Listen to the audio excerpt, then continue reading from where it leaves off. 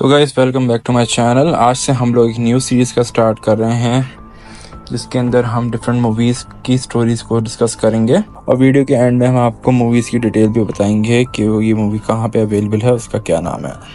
तो आज की जो मूवी है जिसकी स्टोरी हम आपको आज सुनाने जा रहे हैं वो ट्रू स्टोरी बेस्ड है। तो ये मूवी को इस तरह स्टार्ट होती है कि यूरुग्वे के क्लब के एक रग्बी मैच में जो कि 1972 अक्टूबर में शूट हो रहा होता है,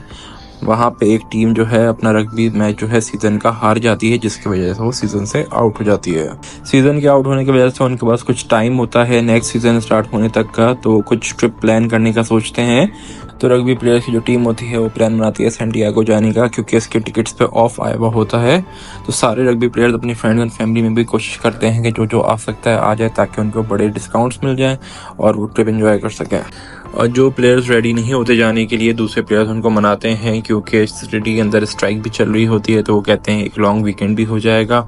और वेकेशंस भी हो जाएंगी, क्योंकि टिकट पे भी ऑफ आया होता है। तो फाइनली वो दिन आ ही जाता है जिसमें सारे स्टूडेंट्स जो कि रग्बी क्लब के मेंबर्स होते हैं वो और कुछ अलग पैसेंजर सारे सब रेडी होते हैं जाने के लिए एक ब्राइट सनी डे में। और वो जहाज़ में सवार होने से पहले एक पिक्चर भी लेते हैं ग्रुप की। फिर जहाज का सफर कुछ यूं स्टार्ट होता है कि सब बड़े अच्छे मूड में होते हैं, एक दूसरे से हंसी मजाक चल रहा होता है, सफर एंजॉय कर रहे होते हैं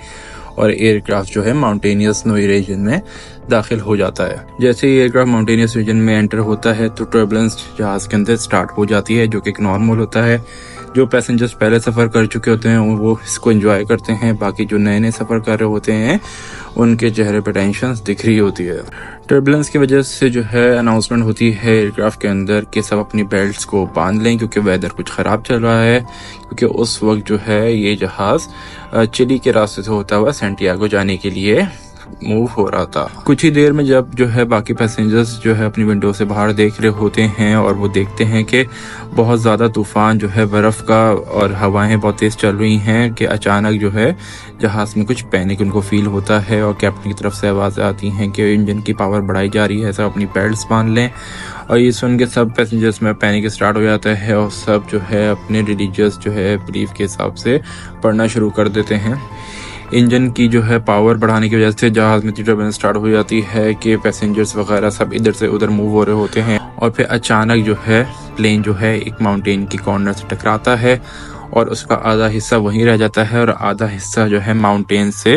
नीचे की साइड पे काफ़ी दूर जाके गिरता है। इम्पैक्ट इतना शदीद होता है क्योंकि पायलट ने ऑलरेडी इंजन की जो है स्पीड बढ़ाई हुई होती है कि इसी नतीजे में पायलट और कुछ पैसेंजर ऑन स्पॉट ही मारे जाते हैं, जबकि काफ़ी पैसेंजर जख्मी हो जाते हैं। अब इस मूवी की जो स्टोरी है असल स्टार्ट अप होती है जब पैसेंजर्स जो बच जाते हैं वो इस टूटे हुए प्लेन के हिस्से से बाहर निकलते हैं, तो जो मंजर देखते हैं कि चारों तरफ उनके पहाड़ी पहाड़ हैं और सारे पहाड़ जो है बर्फ़ से ढके होते हैं और टेम्परेचर जो है -20 से भी ऊपर होता है। वहाँ पे उनको ये समझ में नहीं आता है वो किससे मदद लें और कहाँ पे जाएं और किस तरह वो बच सकते हैं। बज़ाहिर तो वो प्लेन क्रैश से बच चुके होते हैं, पर वो उनको यहाँ पे बचना अपना मुश्किल लग रहा होता है, क्योंकि वहाँ पे कोई मदद के लिए दूर दूर तक कोई नहीं होता। जो पैसेंजर्स बच जाते हैं और जो मामूली ज़ख्मी होते हैं वो ज़्यादा ज़ख्मियों को फर्स्ट एड देने की कोशिश करते हैं और कुछ ही टाइम बाद जो बाकी बच जाने वाले पैसेंजर्स हैं वो लोगों का सामान खोलते हैं कि उसमें से खाने की और ज़रूरियत की जो चीज़ें मिल सकें, क्योंकि उन्हें कुछ पता नहीं होता कि आगे कितने दिन उनको यहीं पर ही स्टे करना पड़ेगा। दूसरी तरफ यूरुग्वे में जो है टोरंटो टावर से मैसेज पहुंच चुका होता है कि एक जो है एयरक्राफ्ट का कनेक्शन लॉस्ट हो चुका है और काफ़ी टाइम गुजरने के बाद जब कनेक्शन रिकवर नहीं होता तो गवर्नमेंट डिक्लेयर कर देती है कि प्लेन क्रैश हो चुका है और उस एयरक्राफ्ट के रिमेन्स और जो है डैमेज जानने के लिए operation government of Uruguay start कर देती है। जैसे कि एयरक्राफ्ट के जो है क्रैश होने की एग्जैक्ट लोकेशन जो है गवर्नमेंट ऑफ यूरुग्वे को नहीं पता होती, तो वो उस लोकेशन पे जहाँ पे एग्जैक्टली क्रैश होता है उसके आसपास से उनकी ऑपरेशन टीम जो है उनके हेलीकॉप्टर्स चले जाते हैं और उनको पैसेंजर्स कहीं भी नहीं मिलते। और दो पैसेंजर्स जो वहाँ पे डाउन द माउंटेन बचे होते हैं उनको जहाज़ों की और जो है एयरक्राफ्ट की आवाज़ और हेलीकॉप्टर्स की आवाज़ दूर से सुनाई दे रही होती है, पर वो बिल्कुल बेबस होते हैं कि वो किसी तरह भी उनको अपने तरफ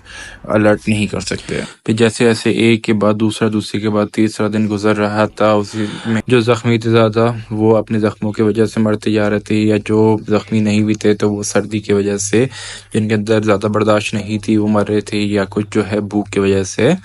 मरने पे मजबूर थे। जो बचे हुए एयरक्राफ्ट के हिस्से में मरता जा रहा था, वो बाकी पैसेंजर्स उसको बर्फ में वहीं पे ही साइड पे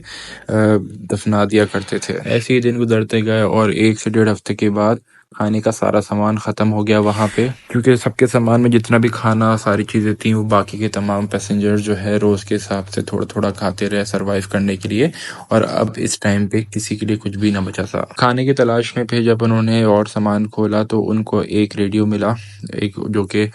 पोर्टेबल रेडियो था। जब उन्होंने उसको ऑन करा तो उससे पता चला कि गवर्नमेंट ऑफ यूरुग्वे हार चुकी है ऑपरेशन में तलाश के लिए, और जो है अब उन्होंने ऑपरेशन वाइंड अप कर दिया है। और गवर्नमेंट ऑफ यूरुग्वे ने अनाउंस करा है कि अब वो जो है समर्स के अंदर ऑपरेशन स्टार्ट करेगी, क्योंकि बर्फ और वेदर की वजह से ऑपरेशन टीम के लिए भी मुश्किल है ये ऑपरेशन कंटिन्यू रखना। ये सुन के वहाँ के तमाम पैसेंजर्स में नाउमीदी की लहर दौड़ गई और उनको अपनी मौत बिल्कुल करीब दिखाई देने लगी कि अब उनके पास बचने का कोई रास्ता नहीं था। अब दिन इतने गुजर चुके थे और दूसरी तरफ गवर्नमेंट ने भी अपने ऑपरेशंस बंद कर दिए थे और खाने को कुछ भी नहीं बचा था, तो उनके पास अब जो मरे हुए पैसेंजर्स का गोश्त खाने के अलावा और कोई रास्ता न था। फिर 1-2 दिन और गुजरने के बाद 3 लड़कों ने सोचा कि हम ऐसे हाथ पे हाथ रख के नहीं बैठ सकते, और उन्होंने सोचा कि पहाड़ के टॉप पे चलते हैं, और वहाँ से उनकी नज़र में दूसरी तरफ जो है चिली का एक इलाका होगा जहाँ से वो मदद तलाश कर सकते हैं। तो वो 3 लड़के जो है उस रास्ते पर चले गए पहाड़ पर चढ़ने के लिए, जो कि एक बहुत मुश्किल था। उन्होंने अपने ज़रूरियात की चीज़ें, खाने के कुछ आइटम्स जो है अपने साथ रख लिए थे, और ओढ़ने के और पहनने के चीज़ें, क्योंकि रास्ते में आपको कुछ भी कैसा भी मौसम मिल सकता है, उसके लिए वो तैयारी से निकल पड़े। लेकिन हुआ कि क्योंकि वो आधे रास्ते से ज़्यादा पहुंचे तो रात हो चुकी थी और वहाँ पे बर्फ़ का तूफान आ गया था, जिसकी वजह से वो सरवाइव नहीं कर पाए और वहीं पर ही रात गुजारी, और अगले दिन फ़ौरन निकल पड़े अपनी जान को बचाते हुए। फिर अगले ही दिन बर्फ़ का तूफान रात में फिर आया, जिसने जो मलबा था जहाज़ का उसको अपने अंदर ढांक दिया, और सारे पैसेंजर जो थे उसके अंदर जो बचे हुए थे उनमें से मज़ीद जो है मारे गए, और जो सरवाइव कर सके उनकी तादाद अब बहुत कम रह गई थी। फिर अगले दिन 4 लड़कों ने फैसला करा कि जहाज़ के दूसरे हिस्से को ढूंढा जाए और उसमें से जहाज़ की बैटरीज निकाल के रेडियो सिस्टम को ऑन करने की कोशिश की जाए। फिर ये लड़के बड़े मुश्किल से रवाना हुए और उनको काफ़ी देर बाद जो है जहाज़ का दूसरा हिस्सा मिला, लेकिन जब बैटरी को वायरिंग से अटैच किया गया तो वायरिंग जल गई, क्योंकि वो अटैच सही से हो ही नहीं थी। जैसी वायरिंग जली तो उनको अपनी मौत फिर दोबारा करीब से दिखी, क्योंकि उनके पास और कोई रास्ता नहीं था गवर्नमेंट से कांटेक्ट करने का, और उनको ऑलमोस्ट अब 2 महीने हो रहे थे यहाँ पे रोज़ इसी चीज़ के अंदर सहते। फिर वो ये खबर लेके वापस जो है अपने दूसरे जहाज़ के हिस्से पर आए जहाँ पे बाकी सारे पैसेंजर्स थे, कि ये प्लान भी जो है नाकाम हो गया है, कि अब रेडियो भी नहीं चल सकता। उन लोगों ने फिर हिम्मत नहीं हारी और सोचा कि अब जो है पहाड़ के ऊपर वाले हिस्से पे जाके ही देखना पड़ेगा कि जो है उसके दूसरे साइड पे क्या है। फिर वो 3 लड़के दोबारा पहाड़ के टॉप पे पहुंचे, जो कि उनको 1.5 दिन लगा पहुंचने में, और जब वहां जाके देखा तो पहाड़ के दूसरे साइड पे भी दूसरे पहाड़ और वादियाँ थीं, जो कि सारी बर्फ से ढकी हुई थीं। जो ये देख के उनकी फिर हिम्मत टूट गई, लेकिन उन्होंने सोचा कि इसके अलावा कोई चारा नहीं है। उन 3 लड़कों में से एक लड़के ने वापस जाने का फैसला करा, क्योंकि खाना जो अपने साथ लाए थे उसकी क्वांटिटी काफ़ी कम थी, कि अगर 2 बंदे खाएंगे वो तो खाना 10 से 15 दिन चल सकता था, लेकिन अगर 3 बंदे खाते तो वो हार्डली 7 दिन तक ही चल पाता। जो तीसरा लड़का वापस जो है जहाज़ की तरफ गया, उसने वहाँ पे आके लोगों को बताया कि वो दोनों आगे जा चुके हैं और वो बगैर कामयाबी के वापस नहीं लौटेंगे। उनके हौसले बुलंद हैं। नैंडो और रोबर्टो के नाम से दोनों लड़के बड़े लंबे और मुश्किल सफ़र पे निकल पड़े, जो पहाड़ों और वादियों से होते हुए,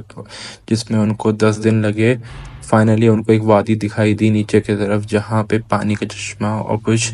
पत्थर दिखे उन्हें। ये मंजर उनको ऑलमोस्ट 3 महीने के बाद दिखा, जहाँ उनको बर्फ़ के अलावा कोई बगैर बर्फ़ के पत्थर और पानी के चश्मे दिखे, जिसको देख के उनके अंदर एक एक्साइटमेंट जागी और वो वहाँ पे पहुँचे। वो वहाँ पहुँच के उन्हें बड़े मुश्किल से मुँह हाथ धोया और पानी पिया काफ़ी टाइम बाद, और जैसे ही उनकी दूसरी तरफ नज़र पड़ी तो एक शख्स उनकी तरफ देख रहा था, चश्मे की दूसरी साइड से घोड़े पे सवार था। ये देख के तो वो अपनी खुशी का ठिकाना नहीं लगा सके और उन्होंने उसके ज़रिए पैगाम पहुंचाया कि हम वही जहाज़ जो कि गायब हुआ था सैंटियागो जाते हुए, हम उसी के पैसेंजर्स हैं और हमारी मदद की जाए जितनी जल्दी हो सके। फिर उस शख्स ने उनको रेस्क्यू करा और बाकी गवर्नमेंट तक ये जो है उनका मैसेज पहुंचाया। वहाँ पे रेस्क्यू टीम आई और उनमें से एक पैसेंजर को जो कि रॉबर्टो था उसको लेके वो बाकी पैसेंजर्स की तरफ के लिए टीम उन्होंने रवाना कर दी। दूसरी तरफ जो बाकी पैसेंजर्स थे वो रेडियो पे सुन रहे थे। उनको रेडियो पे 10 दिन बाद खबर मिली कि पैसेंजर प्लेन जो कि गायब हुआ था सैंटियागो जाते हुए, उसके 2 पैसेंजर्स जो है बच के वापस आ गए हैं और उन्होंने बताया है कि 14 मजीद पैसेंजर्स जो है जहाज के मलबे के तरफ हैं जिंदा। फिर जो रिमेनिंग पैसेंजर्स थे उनमें भी खुशी की लहर दौड़ गई और उन्होंने फिर जाने की तैयारी करी। अपना सामान जो ज़रूरी थे और जो यादगार चीज़ें थी उसको एक जगह पे जमा करा और अपने आप को बाल बना के और थोड़ा तैयार करा कि अब वो अपनी फैमिली में दोबारा मिलने जा सकते हैं। और फाइनली 3 महीने बाद जो है हेलीकॉप्टर्स ने जो है उनको रेस्क्यू करा, 16 लड़कों को, और उनके घर वालों का उनका खुशी से ठिकाना नहीं था। उन्हें फौरी तौर पर हॉस्पिटल शिफ्ट करा गया जहाँ पे उनका प्रॉपर इंस्पेक्शन हुई और उनका डॉक्टर ने मुआयना करा। डॉक्टर्स ने उनको प्रॉपर्ली चेक करा क्योंकि 3 महीने से वो बर्फ से ढकी हुई वादियों में रह रहे थे जिसकी वजह से उनके बॉडी टेम्परेचर्स और स्किन डिजीज के सिम्टम्स जो है उनके ऊपर जाहिर हो रहे थे। लेकिन जो बच गए थे वो अंदर से खुश नहीं थे क्योंकि वो चाहते थे कि बाकी जो पैसेंजर जो इंजरीज और ठंड की वजह से और भूख की वजह से मरे उनको भी बचाया जा सकता था अगर ये पहले हम सोच लेते तो ये जो मूवी है जिसकी स्टोरी हमने आपको बताई है इसका नाम है सोसाइटी ऑफ स्नो, जो कि आपको नेटफ्लिक्स पे आराम से मिल जाएगी। फिर मिलते हैं नेक्स्ट स्टोरी के साथ, नेक्स्ट मूवी के साथ। तब तक के लिए टेक केयर।